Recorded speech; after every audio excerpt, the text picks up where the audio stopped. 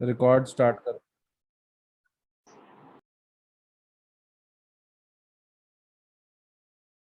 तो now we going to talk about full adder. तो half adder अभी हमने पढ़ा, और हाफ एडर में हमने पढ़ा था कि दो इनपुट लेता है, ए और बी, और सम कैरी आउटपुट में देता है वो। तो एक ड्रॉबैक है हाफ एडर का कि वो जो कैरी आता है उसको वापस से इनपुट नहीं कर पाता है। So it cannot, it is inability to add carry from the previous addition to the next bit। तो ये प्रॉब्लम फुल एडर सॉल्व करता है कि जो कैरी आया उसको वापस फीड करो इनपुट में, उसको यूज करो। ठीक है। तो full adder is used for adding, एक मिनट इसका डायग्राम बना देते हैं पहले।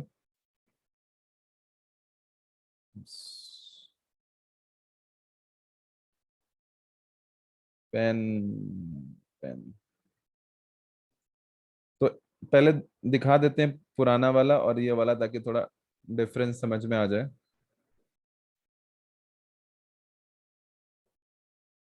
तो ये हमारा था हाफ एडर, और ये है फुल एडर। इसमें क्या था, दो इनपुट ए और बी। आउटपुट में क्या था, सम कैरी। तो प्रॉब्लम क्या हो रहा था कि जो कैरी आ रहा था वो वापस फीड नहीं कर पा रहे थे इधर, लेकिन फुल एडर में वो कर सकते हैं। तो सबसे पहले थोड़ा सा क्लियर कर लेते हैं ये साइड, ताकि लिख सकें।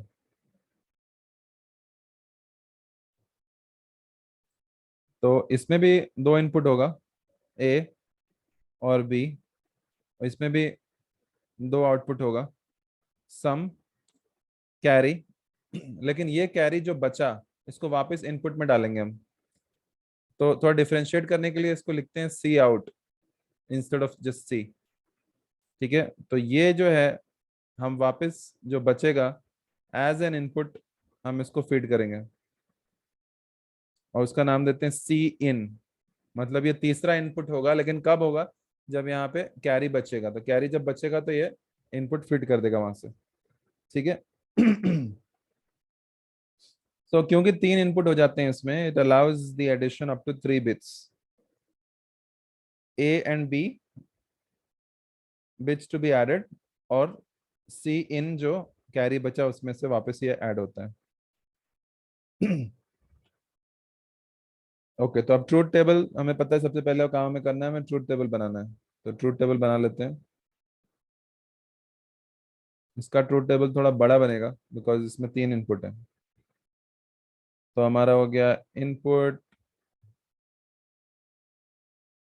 इसमें हो गया ए, बी और सी इन, भाई जो कैरी उधर से आया। ठीक है। और ये हो गया आपका आउटपुट, सी आउट, और एस मतलब सम।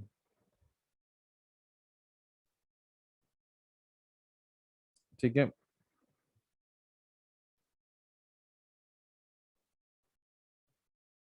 तो कितने, अब उसमें दो तरह की कॉम्बिनेशन बननी थी, इसमें तीन बनेगी।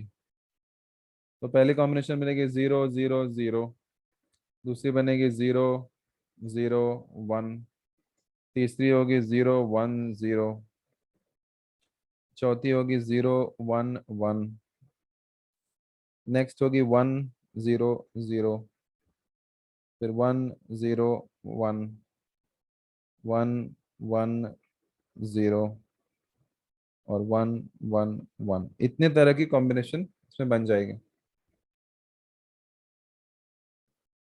ये याद करना पड़ेगा क्या इनका, A B and C in for this case? अब लिखना एग्जाम में तो करने नहीं कॉम्बिनेशन मतलब कुछ लॉजिक है क्या, मतलब कुछ लॉजिक है क्या, मतलब में कैसे कैसे बेसिकली अरेंज करने का मैं पूछ रहा कितने हूँ। तरह के वेरिएशन बन सकते हैं। अगर तुम्हें 0 1, मतलब तीन इनपुट दे दिए या 0 और 1 के कॉम्बिनेशन, तो कितने कॉम्बिनेशन बना सकते हो वो बनाना है तुम्हें। कौन से ऑर्डर में लिखना है वो इतना इंपॉर्टेंट नहीं है, एज लॉन्ग एज तुम प्रॉपरली बना रहे हो।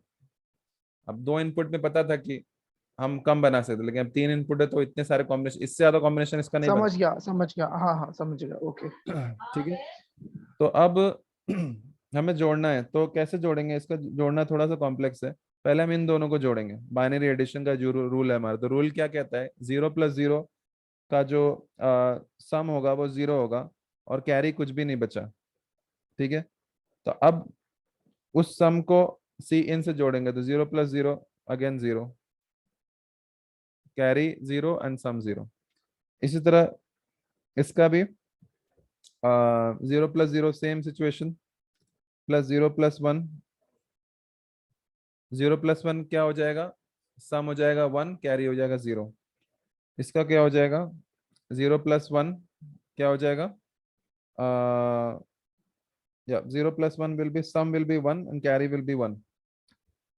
तो 1 + 0 1 एंड कैरी 1। सो अब मैं एक एक करके नहीं जा रहा हूँ, मैं लिख देता हूँ यहाँ पे। वो जो हमारा एडिशन रूल है वो उसका इस्तेमाल करते हुए अपने को बनाना है। ये हो जाएगा 1 0 0 1, और अपना ये हो गया 1 0 1 0 1 1। थोड़ा सा इसको ऑर्गेनाइज कर लेते हैं, नहीं तो डिफिकल्ट होगा रीड करने में।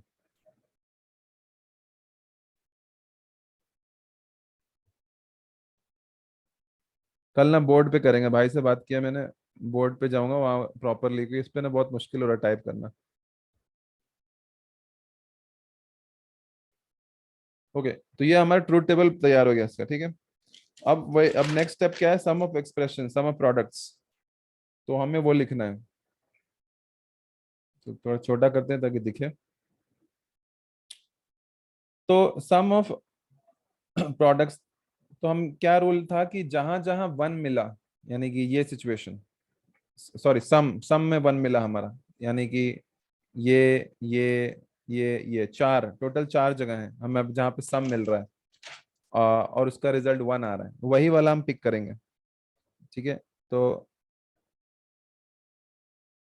ये पिक करेंगे, ये पिक करेंगे,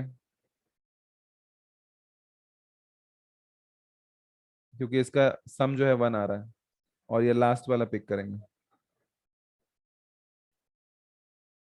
ठीक है, तो ये वाला पिक करेंगे, तो चेक मार्क करता हूँ, ये ये और ये। तो अभी सम ऑफ प्रोडक्ट्स लिखना शुरू करते हैं। तो सम क्या हो जाएगा, तो ये वाला पिक करें, दोनों 0 है, तो पहले तो ए बी लिख लेते हैं, A.B। तो 0 0 है तो कॉम्प्लीमेंट लग जाएगा ऊपर। ठीक है, और सी इन भी, तो सी इन क्या है, 0 नहीं है तो कॉम्प्लीमेंट नहीं लगेगा। अब दूसरा वाला लेना है, पहली लाइन हो गई, अब दूसरा लेने से पहले सम करना है, बिकॉज सम ऑफ प्रोडक्ट्स है। मैं सब सम किया, दूसरा वाला क्या है पहले लिख लेते हैं, A B C इन, और फिर बाद में कॉम्प्लीमेंट लगाते हैं। इसमें कौन कौन से 0 है, पहला और लास्ट वाला 0 है, तो उस पर कॉम्प्लीमेंट लगा दिया। नेक्स्ट, अभी ये वाला नेक्स्ट है, फिर से लिख लेते हैं A B C इन। इसमें कौन कौन से कॉम्प्लीमेंट है, लास्ट के 2 कॉम्प्लीमेंट है, उसको लगा दिया कॉम्प्लीमेंट।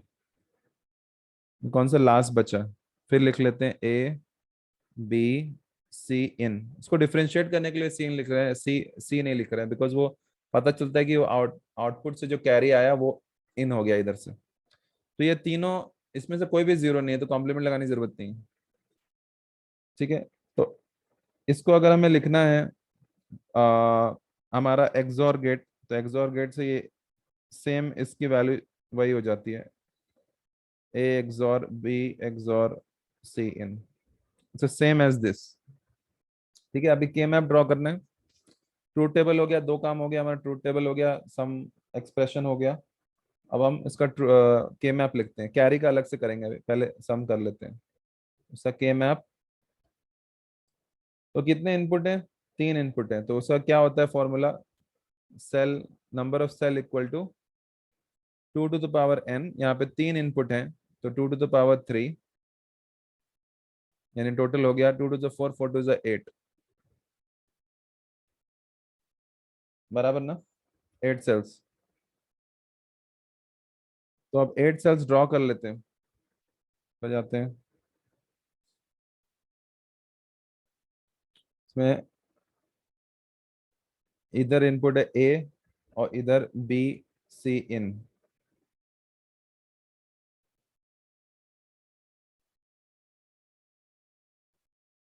कितने सेल ड्रॉ करने हैं?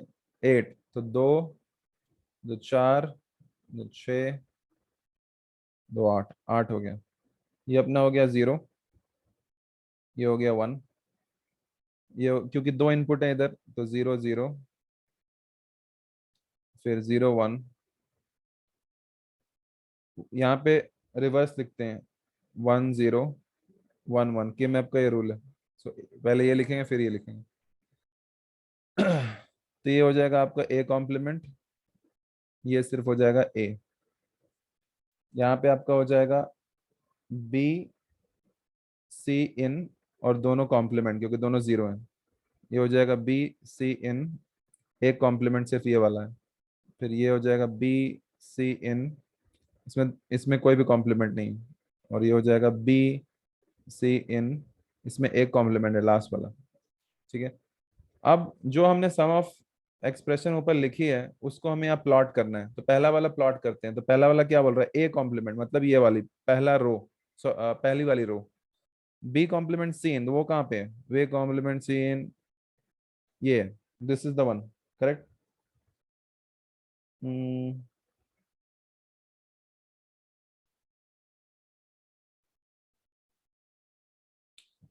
एक minute. A complement B complement C in, B complement C in, हाँ ये है, ये वाला यहाँ प्लॉट हो जाएगा। ठीक है। दूसरा क्या है? A complement B C in, A complement B C in, यानी ये वाला, ये। तो ये प्लॉट कर दिया। तो ये भी हो गया, ये भी हो गया। अब इस पे जाते हैं। A B complement C complement in, A मतलब ये, B complement C complement in का है, ये वाला है। तो क्योंकि ये वाला है, यहाँ पे बन गया। ठीक है। इसी तरह ए बी सी इन, ए अपना ये हो गया, बी सी इन ये हो गया, यानी कि ये वाला। ठीक है। तो हमारे ये के मैप ड्रॉ हो गया। अब इसी तरह हमें कैरी का भी ड्रॉ करना है। So S O P for carry. तो कैरी के लिए हमें ऑलरेडी रूल पता है कि हम सिर्फ उन्हीं को पिक करेंगे जहां पे कैरी आ रहा है। तो कैरी कहाँ कहाँ पे आ रहा है? 1 2 3 4, 4 जगह पे कैरी आ रहा है, करेक्ट। तो उन चारों को पिकअप कर लेते हैं।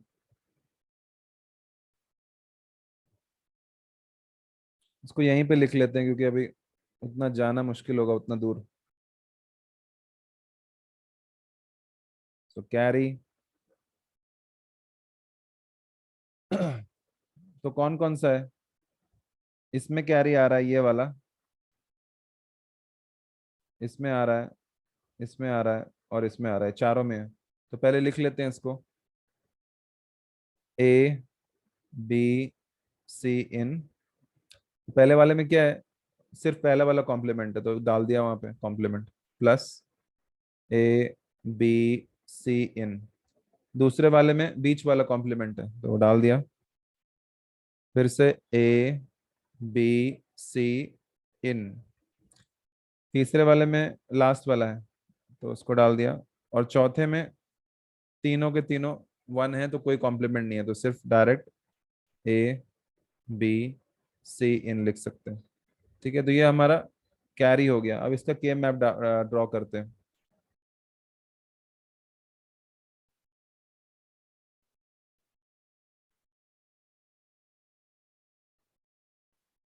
इसमें भी सेम ही इनपुट है तो 8 ही बनेंगी सेल्स। 1 2 3 और 4, 8 हो गया अपना। इधर अपना हो गया ए, ये हो गया 0, ये हो गया 1, ये हो गया ए कॉम्प्लीमेंट, ये जस्ट हो गया ए। 0 0 0 1 1 0 1 1। ये हो गया B C in, B C इन, दोनों कॉम्प्लीमेंट है। बी सी इन एक कॉम्प्लीमेंट है। बी सी इन कोई भी कॉम्प्लीमेंट नहीं है। बी सी इन लास्ट वाला कॉम्प्लीमेंट है।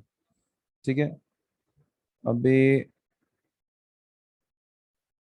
ये वाली एक्सप्रेशन अपने को वहाँ प्लॉट करनी है। मैं प्लॉट कर देता हूँ यहाँ पे, मैंने लिखा हुआ ऑलरेडी। अब वही सेम लॉजिक लगेगी वहाँ पे भी। यहाँ प्लॉट होगी उसी रूल के हिसाब से जो अभी डिस्कस किया। यहाँ प्लॉट होगी, यहाँ प्लॉट होगा और यहाँ प्लॉट होगा। ये सारी जगह पे प्लॉट हो गया।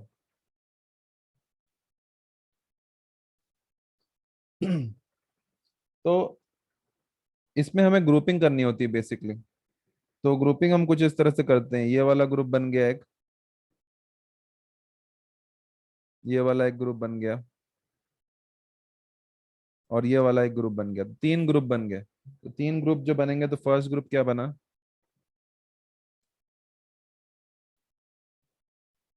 ए, यानी ए, बी कॉम्प्लीमेंट, सी इन। ठीक है, ये यानी ये वाला बी कॉम्प्लीमेंट सी इन, पहला ग्रुप बन गया। सेकंड ग्रुप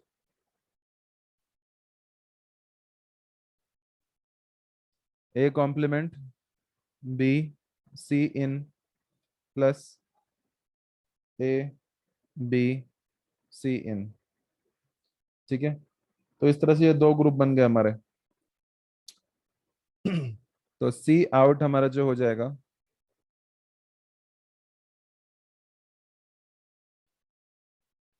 वो हो जाएगा A B plus B C in plus A C in. और इसकी सर्किट जो है तो पहला वाला हमने सम जब देखा था तो कहाँ गया? ये था ए एक्सॉर बी एक्सॉर सी इन। तो यानी हम हमारा एक्सॉर गेट लगेगा वहां पे। तो एक्सॉर गेट बना लेते हैं यहाँ पे। एक्सॉर, ये बन गया सम ए एक्सॉर बी एक्सॉर सी। उप्स, और इसको तीन इनपुट चाहिए। तो ए बी सी इन।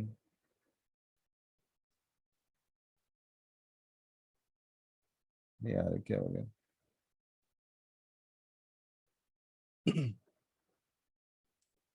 ए दे दिया, बी दे दिया इसको, और सी दे दिया।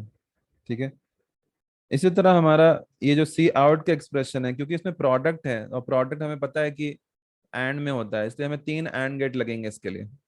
तो क्योंकि ऐड किया हुआ है, ऐड भी किया है, तो ऐड के लिए हमें और भी ये लगेगा, क्या बोलते हैं उसको ना, और गेट। तो और गेट हमें, और good। हाँ और गेट हमें फाइनली लगने वाला है। उसमें से यहाँ पे बना लेते हैं, और तीन हमें एंड लगने वाला है, क्योंकि ये प्रोडक्ट है, ये प्रोडक्ट है, ये प्रोडक्ट है, ये प्रोडक्ट है। तो प्रोडक्ट के लिए हमें एंड गेट लगने वाला है। तीन एंड गेट बना लेते हैं, एक दो तीन। और ये तीनों जो हैं वो आपके इसमें जाके मिल जाएंगे, तो ये प्लस हो जाएगा। ठीक है, तो इसको क्या इनपुट चाहिए? पहले वाले को चाहिए आपको ए बी। तो ए कहाँ है? ए यहाँ पे है, तो इसको यहाँ से स्टार्ट करेंगे और इसमें फीड करेंगे। फिर क्या चाहिए? बी चाहिए, राइट?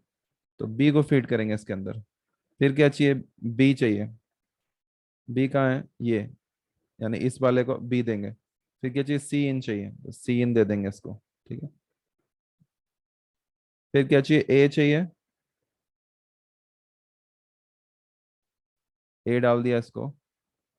और फिर सी इन चाहिए, सी इन डाल दिया। ठीक है, तो इसकी वैल्यू क्या हो गई? ए बी, यानी ये आउटपुट क्या देगा? A B. ये क्या देगा? B C in. और तीसरा वाला ए सी इन। तो ये प्रोडक्ट हो गया, क्योंकि एंड गेट है। और अब हमें तीनों को जोड़ना है, यानी ये प्लस ये प्लस ये प्लस। तो तीनों का प्लस करने के बाद हमारा सी आउट की वैल्यू यानी कैरी आउट की वैल्यू हो गई A dot B plus B C in plus A C in. ठीक है, that's it, that's the answer of this question. तो फुल एडर हाफ एडर में से there are high chances that you will get the question, at least one of them.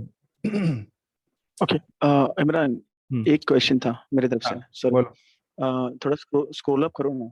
हम्म, वो carry के expression से सी out जो बनाया, हाँ, सेकंड मतलब ग्रुपिंग का जो समझा ना, ये थोड़ा एक्सप्लेन करो। I don't know whether you have already explained और नॉट, बट यहाँ पे देखो ए बी सी इन है और ए बी सी इन यहाँ पे है, तो आई थिंक उसका कुछ फॉर्मूला है, उसका फॉर्मूले से कुछ चीजें कॉमन हो जाती हैं और कॉमन करने के बाद ये रिजल्ट आता है। मेरे को भी एक्चुअली देखना पड़ेगा ये लास्ट वाला पार्ट।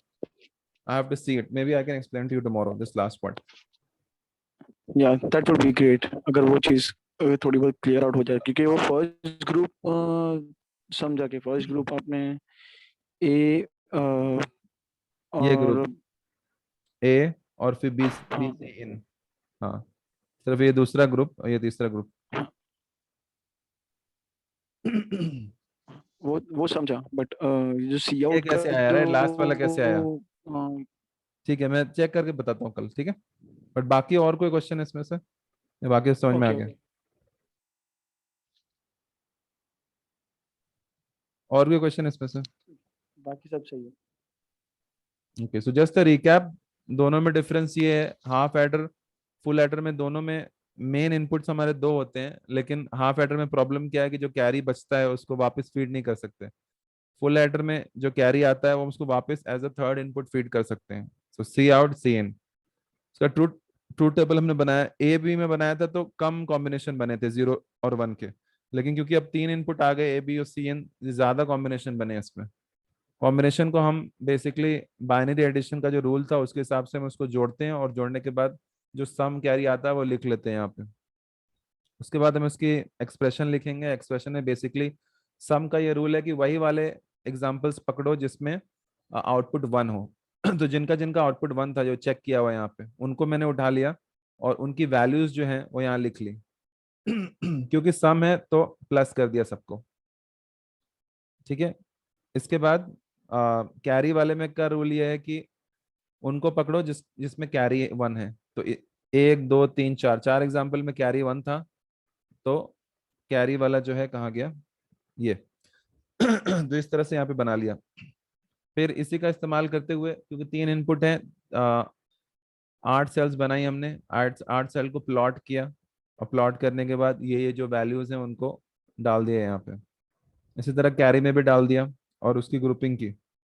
यहाँ पे कोई ग्रुप नहीं बन रहा है, इसलिए इसको ऐसे ही छोड़ दिया। फिर फाइनली क्योंकि इसकी वैल्यू जो आ रही है सम की, ए एक्सॉर बी एक्सॉर सी इन आ रही है, तो इसलिए एक्सॉर गेट यूज किया। इस सिचुएशन में कोई एक स्पेसिफिक स्पेशल गेट नहीं बन रहा है हमारे पास, हमारे पास बस इस तरह से वैल्यूज है। तो जाहिर सी बात है, ये प्रोडक्ट है तो हमने एंड गेट यूज किया, ये भी प्रोडक्ट है, दूसरा एंड गेट यूज किया और तीसरा यूज किया। और फाइनली क्योंकि इनके बीच में एडिशन है, तो एडिशन हमको पता है कि हम और गेट में एडिशन करते हैं, तो और गेट बना दिया। तो इन तीनों को ऐड करके ये आउटपुट इसका ये मिल गया। ठीक है, तो आई थिंक इसमें सिर्फ ये वाला क्लियर नहीं है, बाकी सब क्लियर है, राइट? और कोई क्वेश्चन है?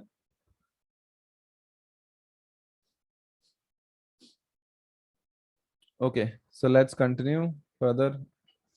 अब हम बात करेंगे, मैं थोड़ी देर के लिए मैं अपना टैबलेट साइड में रखता हूँ क्योंकि थोड़ी सी थ्योरी अब पढ़ लेंगे, ड्रॉ करते करते थक गया हूँ।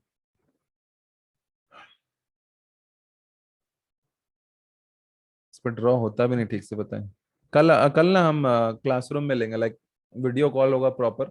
I'll stand on the board and I'll teach there properly, so you'll probably understand it better. Hello, Can you hear me? Yes yes I can hear you. अरे सॉरी, वो थोड़ा मैं शायद नेटवर्क नहीं है ठीक यहाँ पे। अच्छा, ये हाफ एडर और फुल एडर का हाँ, क्वेश्चन क्या है?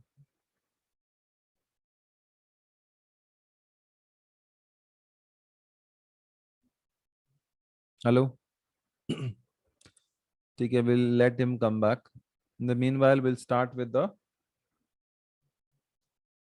कैशिंग. कैशिंग के ऊपर क्वेश्चन आना ही आना है, बहुत इंपॉर्टेंट है कैशिंग.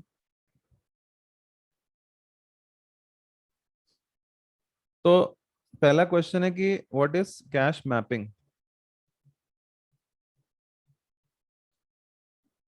तो cash mapping basically is a technique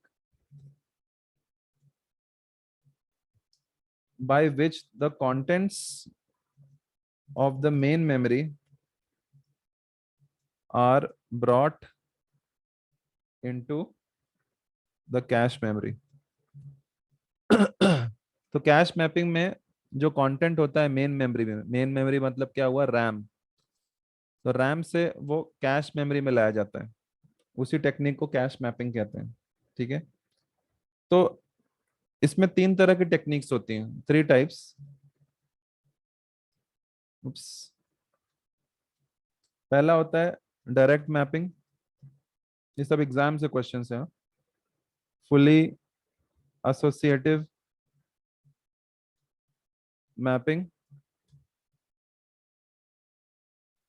और लास्ट होता है के वे, सेट एसोसिएटिव मैपिंग. ठीक है.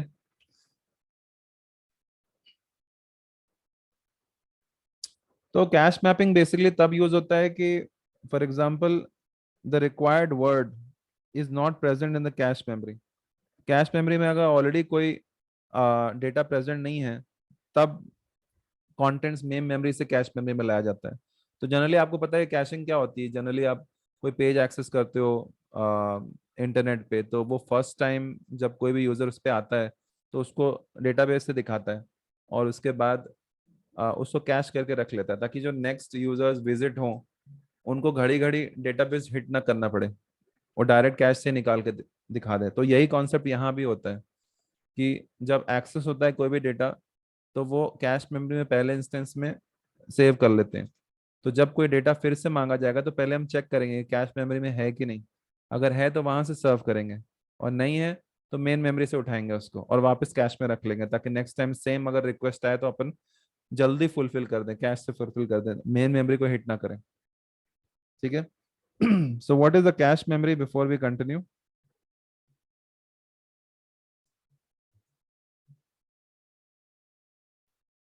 Sir, small high speed buffer. मैं ये थ्योरी इसलिए भी लिख रहा हूँ क्योंकि एग्जाम में हमें थ्योरी लिखनी होगी. Small high speed buffer memory located between CPU and main memory, and the data is transferred in form of words between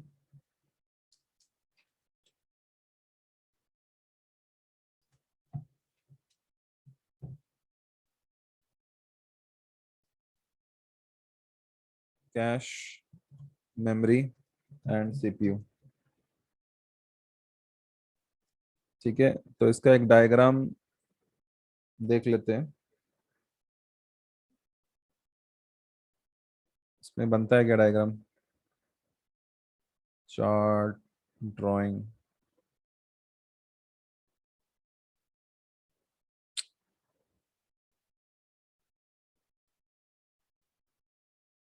online ही देख लेते हैं. कैश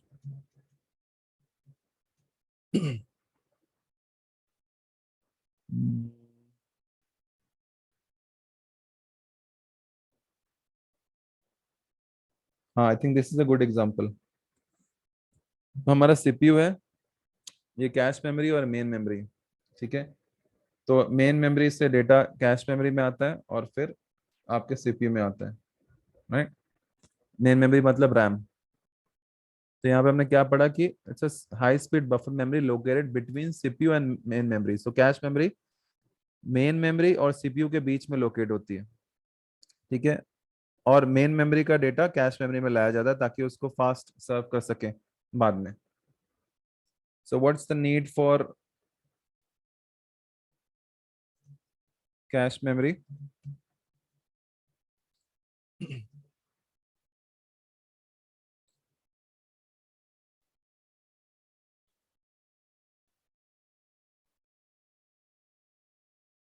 तो इसकी नीड में सबसे पहला पॉइंट ये है कि processor makes many memory references to execute an instruction and the memory references to the main memory is consuming as main memory is slower compared to the CPU processing speed.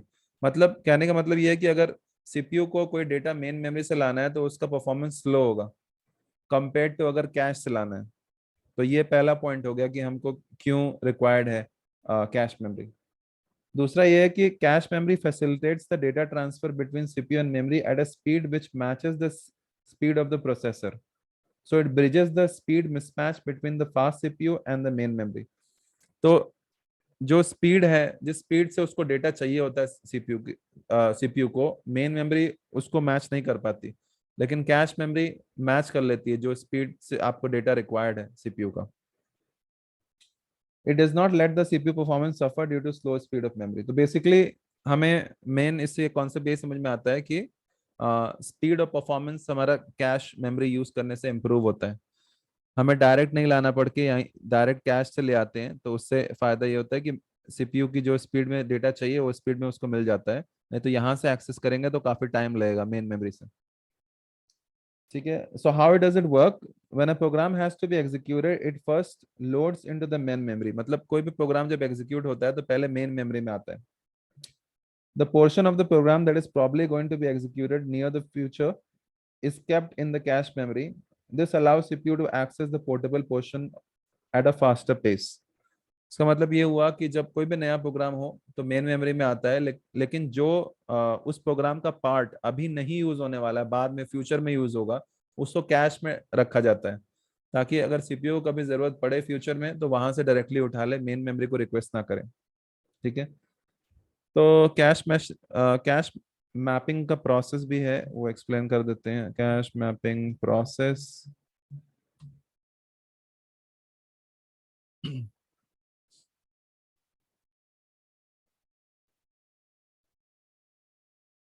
में है क्या example? हाँ है ना। सो when the required word or data is not present in the cache memory, one of the mapping techniques is used to bring the content from the main memory to the cache memory. तो अगर अभी हमने पहले बात की थी कि अगर डेटा कैश मेमोरी में नहीं है तो उसको उसको रैम से लाना पड़ेगा। तो रैम से जब लाना है तो उसके लिए कुछ टेक्निक्स, कुछ प्रोसेसेस यूज होते हैं, तो उन्हीं टेक्निक्स के बारे में हम डिस्कस करेंगे। ठीक है, पहला, CPU requires the word of memory which is data search in the CPU register first. CPU के रजिस्टर में सबसे पहले वो ढूंढता है। ये हमारे जो रजिस्टर्स हैं, तो ये हमारा सीपीयू है यानी प्रोसेसर, इसके अंदर रजिस्टर्स हैं, सबसे पहले इसमें ढूंढेगा। अगर उसको कैश में नहीं मिलता तो सबसे पहले रजिस्टर्स में ढूंढेगा। If not found search in the cache में, सॉरी माय बैड, सबसे पहले रजिस्टर में ढूंढेगा, नहीं मिलेगा तो कैश में जाएगा। ठीक है, if found in the cash otherwise cache hit cache miss, मतलब वो पेज नॉट फाउंड करके जो आगे हम कॉन्सेप्ट पढ़ेंगे उसमें वो बोलता है कि वो नहीं मिला उसको, तो मिस मिस कहलाता है, like hit cache miss. If not found search in the main memory, तो अभी कैश में भी अगर नहीं मिला तो वो मेन मेमोरी में ढूंढेगा। ठीक है, if found use the cache mapping technique, great. If not found then page fault occurs, मतलब अगर उसको कैश में ढूंढने के बाद भी अगर मेन मेमोरी में भी नहीं मिलता है तो पेज फॉल्ट उसको कहते हैं। तो उस सिचुएशन में जब मेन मेमोरी में भी अगर वो डेटा नहीं अवेलेबल है तो फिर उसको हार्ड डिस्क में जाना पड़ेगा, यानी सेकेंडरी स्टोरेज में जाना पड़ेगा। तो it has to go and get that page from secondary memory. तो सबसे पहले फिर से रिपीट करता हूँ, ये हमारा सीपीयू है, इसमें रजिस्टर है। कोई भी डेटा चाहिए तो पहले वो रजिस्टर में ढूंढेगा, रजिस्टर में मिल गया तो ठीक है, नहीं मिला तो वो क्या करेगा, कैश में ढूंढेगा। कैश में मिल गया तो ठीक है, सर्व कर देगा। नहीं मिला तो उसको कहते हैं हिट कैश मिस, मतलब कैश को मिस किया उसने, नहीं मिला। कैश में भी नहीं मिला तो वापस अब मेन मेमोरी जाएंगे, रैम में जाएगा। रैम में मिल गया तो अच्छी बात है, नहीं मिला तो उसको बोलते हैं पेज फॉल्ट, जो आगे हम पढ़ेंगे। तो फिर वो जाएगा हमारे हार्ड डिस्क में यानी सेकेंडरी स्टोरेज में, फिर वहां से उठा के लेके आएगा। तो यही हमारी बेसिकली स्टेप्स हैं डेटा को लाने के लिए कैश मैपिंग प्रोसेस के। अब हम आगे बात करेंगे हमारी कैश मैपिंग टेक्निक्स की। तो पहला होता है हमारा डायरेक्ट मैपिंग, आई थिंक यहाँ पे हमने लिखा भी है, direct mapping, fully associative mapping और केवे सेट एसोसिएटिव मैपिंग। एक रिकैप लेना है बिफोर वी मूव फर्दर। या समझ में आ रहा है? Should we move on? Yes guys? मुझसे थोड़ा कॉम्प्लिकेटेड लगा, लेकिन पढ़ूंगा तो समझ में आ जाएगा। अच्छा मूव ऑन करते हैं। ओके, लेकिन हम यही तो कर रहे हैं ना अभी। हम हमको तैयारी करनी है, हमारे पास टाइम नहीं कि हम फिर से पढ़ेंगे बैठ के। तो let's start from here. So Sajjan, why don't you just start from what is the cache mapping technique? तुम पढ़ोगे तो शायद तुम्हें फिर से समझ में आ जाए और क्वेश्चंस भी आए तुम्हारे दिमाग में। So start with this, like what is Technique, cash mapping? technique by which the content of a main memory are brought into the cache memory is the cache mapping. So there is excellent. three types. Hmm. Yeah, three type: okay, direct mapping, full associative mapping, and k-based set associative mapping. और cash So memory क्या in होती है? cache memory, can you explain please? यह है ना लिखा हुआ है यहाँ पे? Okay, इसी को बना. Okay, cache memory, small high-speed buffer memory is located between CPU and main memory is the cache memory. Data is transferred in form of words between cache memory and the CPU. Yeah. तो यहाँ पे explain करो कहाँ पे है cache memory? जो Midway काम कर रहा है ना, इट्स करेक्ट, कैश मेमोरी. ये हाँ, वाला, यही बोल हाँ, रहा है जो वहाँ मेन पे। सीपीयू के बीच में डेटा वर्ड्स ट्रांसफर कर रहा है, it's a cache memory. Correct, यहाँ पे वही चीज बोल रहा है वो कि सीपीयू, यानी ये सीपीयू और ये मेन मेमोरी, इसी के बीच में बैठा रहता है कैश मेमोरी। ठीक है, अब फिर हमने क्या? Nothing nothing.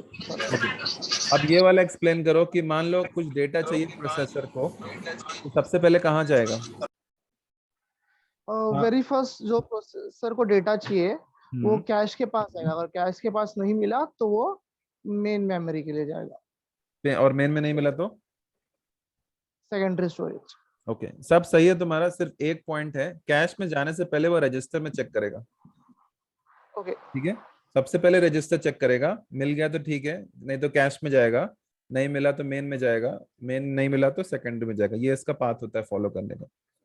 तो ये अगर तुम डायग्राम बनाते भी हो तो एग्जाम में तो at least you can explain that diagram properly. ठीक है, उसको एक्सपैंड कर सकते हो। Register in the sense processor, right? Sorry, register in the sense processor. Register I think is a part of the processor. Okay. या और कैश मिस क्या होता है? It's a temporary memory basically, जो सेव कैश हो गया. Miss, cache miss. अगर वो बाय चांस कैश में चेक कर रहा है हाँ, डेटा के लिए और डेटा नहीं मिला करेक्ट तो उसे मेन मेमोरी में जाना पड़ेगा, कैश मिस हो गया. करेक्ट। और पेज फॉल्ट कब होता है? पेज फॉल्ट अगर मेन मेमोरी में चेक किया उसको नहीं मिला, तब पेज फॉल्ट होता है, तब उसको सेकेंडरी में जाना होता है। तो इस पॉइंट पे कैश मिस होता है, इस पॉइंट पे पेज फॉल्ट होता है। पेज फॉल्ट के ऊपर भी काफी सारे एग्जाम्स में क्वेश्चंस आएंगे, तो वो आगे हम एक्सप्लेन करेंगे। बट शुरू से बेसिक कॉन्सेप्ट अगर क्लियर है तो आगे आगे जाके थोड़ा रिलेट कर सकते हैं हम एक दूसरे को। अच्छा ठीक है, हमने कैश में पढ़ा था कि पेज फॉल्ट इस तरह से होता है, then you will be able to understand that concept better. तो अभी यहाँ पे छोटे वे में एक्सप्लेन किया, बट आगे चल के हम और डिटेल में एक्सप्लेन करेंगे। ठीक है, तो ये हमारा बेसिकली कैश मैपिंग हो गया, टेक्निक जिससे मेन मेमोरी से कैश मेमोरी में डेटा लाया जाए। तीन तरह के होते हैं कैश मेमोरी। क्या होता है? सीपीयू और मेन मेमोरी के बीच में बैठता है। ठीक है, नीड क्या है कैश मेमोरी की, हमने डिस्कस किया। अच्छा आप लोग बताओ, क्या जरूरत है कैश मेमोरी क्रिएट करने की? कैश मेमोरी इसीलिए होता है कि जो डेटा हो वो बार बार हम लोग को, लेट्स से एग्जांपल कि एक ही डेटाबेस पे अगर सेम टाइप का क्वेरी बार बार रन करना हो, so better than running that query again and again on database table, we should keep the data in cache memory so that it can be accessible very fast. Absolutely, तो performance, speed, ये दो चीजें हैं जो इसका मतलब reason है क्यों हमें कैश मेमोरी चाहिए। सीपीयू की स्पीड बहुत फास्ट होती है, उसको ना जल्दी डेटा चाहिए, रैम से लाने में टाइम लगता है, तो इसीलिए कैश में अगर है तो फटाक से मिल जाता है, वो मैच कर देता है स्पीड इसकी, जिस जिस स्पीड से उसको डेटा चाहिए। तो यही मेन रीजन है, स्पीड, परफॉर्मेंस। ओके, इतना हो गया। अब हम डिस्कस करेंगे ये भी तीनों इंपॉर्टेंट टॉपिक है, एग्जाम में मल्टीपल बार रिपीट हुए हैं। डायरेक्ट मैप हम जो सेशंस ले रहे हैं उसमें कोई भी ऐसा क्वेश्चन नहीं डिस्कस कर रहे हैं जो एग्जाम पॉइंट ऑफ व्यू से इंपॉर्टेंट नहीं है। हम सिर्फ वही क्वेश्चन डिस्कस कर रहे हैं जो एग्जाम पेपर्स में मल्टीपल टाइम रिपीट्स हुए हैं। ठीक है, तो अभी अगर हम जितना अच्छे तरह से इसको तैयार करते हैं, हमारा एग्जाम में एटलीस्ट कुछ टॉपिक्स तो रेडी हो जाएंगे, then we'll have less thing to worry about. खैर, अभी अपन चलते हैं कैश मैपिंग टेक्निक्स पे।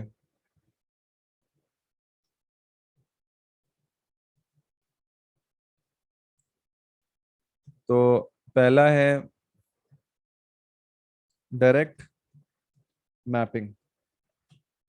So direct cache mapping technique, a particular block of main memory can only be mapped to a particular line of cache.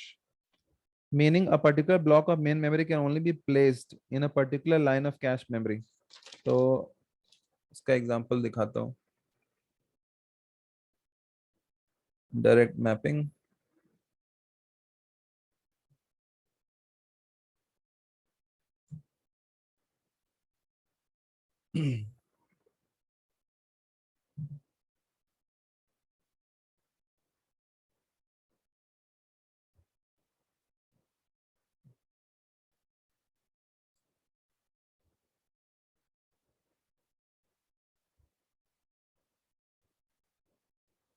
यहाँ ठीक से diagram नहीं दिया, यही बेटर है।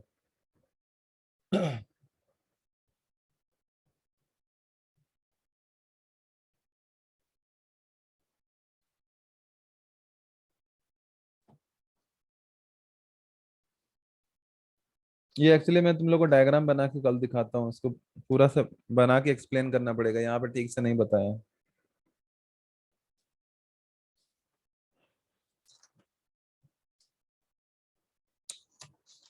ये तीनों वाला जो है ना, तीनों टेक्निक वो मैं कल बताता हूँ तुम लोगों को।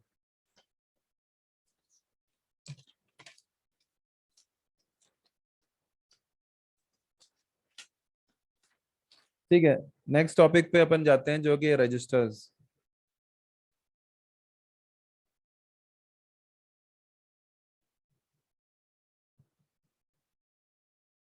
सो व्हाट इज अ रजिस्टर? किसी को पता है registers? Source bits. Okay, okay. So register basically is a fast memory used to accept, store and transfer data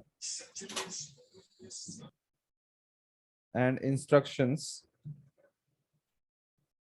that are being used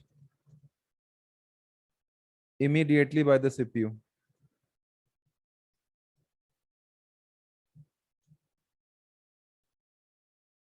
Fast memory है basically which accepts, stores and transfers data and instructions that are being immediately used by the CPU. अब जैसे कि हमने ये example में हमने देखा processor को डेटा चाहिए था तुरंत, तो रजिस्टर मेमोरी ने फटाक से उसको दे दिया।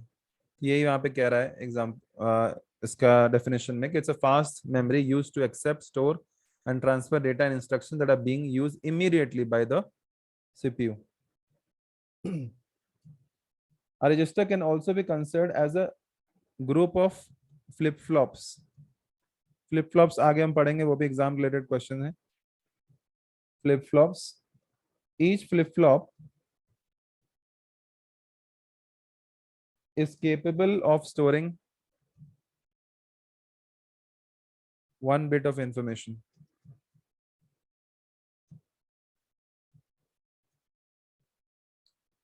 ठीक है, the register